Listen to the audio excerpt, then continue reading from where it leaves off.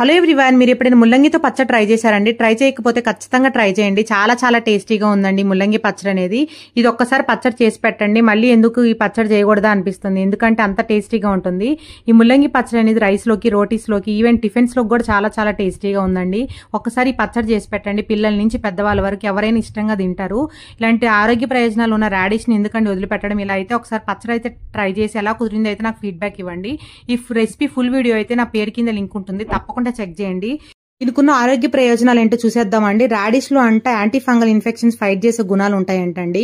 Vitamin C అధికంగా ఉంటుందంట. BP ఎక్కువ ఉన్న వాళ్ళకి బీపీ కంట్రోల్లో ఉంటుందంట. షుగర్ ఉన్న వాళ్ళకి కూడా కంట్రోల్ చేస్తుందంట.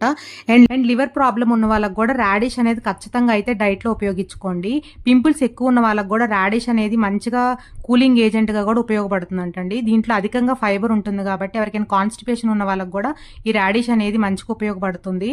అండ్ రాడిష్ జ్యూస్ గా కూడా ట్రై చేయొచ్చండి. ఈసారి ఎవరికైనా జ్యూస్ రెసిపీ కావాలనుకుంటే అయితే నాకు కింద కామెంట్ బాక్స్ లో అడగండి. చాలా చాలా టేస్టీగా ఉంటుందండి. ఫుల్ రెసిపీ మాత్రం చెక్ చేయడం మాత్రం మర్చిపోకండి. కింద లింక్ ఇస్తాను, ఆ లింక్ ప్రెస్ చేస్తే ఫుల్ వీడియో అనేది ఓపెన్ అవుతుంది. ఈ రెసిపీ అయితే మీకు ఖచ్చితంగా నచ్చుతుందండి. Thank you so much for watching అండి. Take care, bye bye, see you in next video.